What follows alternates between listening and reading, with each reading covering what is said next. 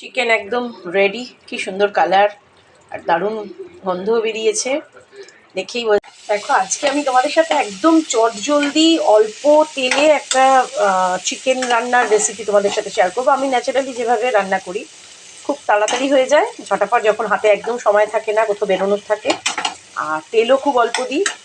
এই দেখো, আমি অল্প তেল দিয়েছি, তেলের মধ্যে একটা পেঁয়াজ আর টমেটো কেটে দিয়ে দিয়েছি। হ্যাঁ, আর আলুটা কেটে ভেজে নিয়েছি। আর চিকেনটাকে দেখো এইভাবে আমি ম্যারিনেট করে রেখেছি।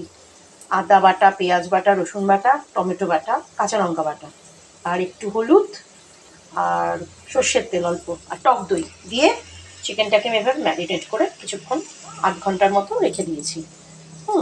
এবার আমি এই পেঁয়াজটাকে ভালো করে একটু ভাজা ভাজা হয়ে গেলে পরে পেঁয়াজ টমেটোটা, তারপরে আমি মাংসটার মধ্যে ছেড়ে দেবো। খুব পেঁয়াজটা এরকম ভাজা ভাজা হয়ে গেছে, পেঁয়াজ টমেটোটা।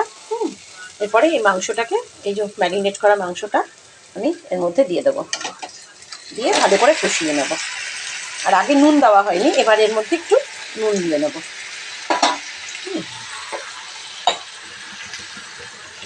এবার এর মধ্যে একটু নুন দিয়ে নেব। চিনি তো ওই ভাজা পেঁয়াজের আর টমেটোর মধ্যে দিয়েই নিয়েছিলাম, আর এর মধ্যে কোনো চিনি দেবো না। এবার এটাকে ভালো করে কষাতে হবে, ঠিক আছে? আলু তো আগে ভেজেই রেখেছি।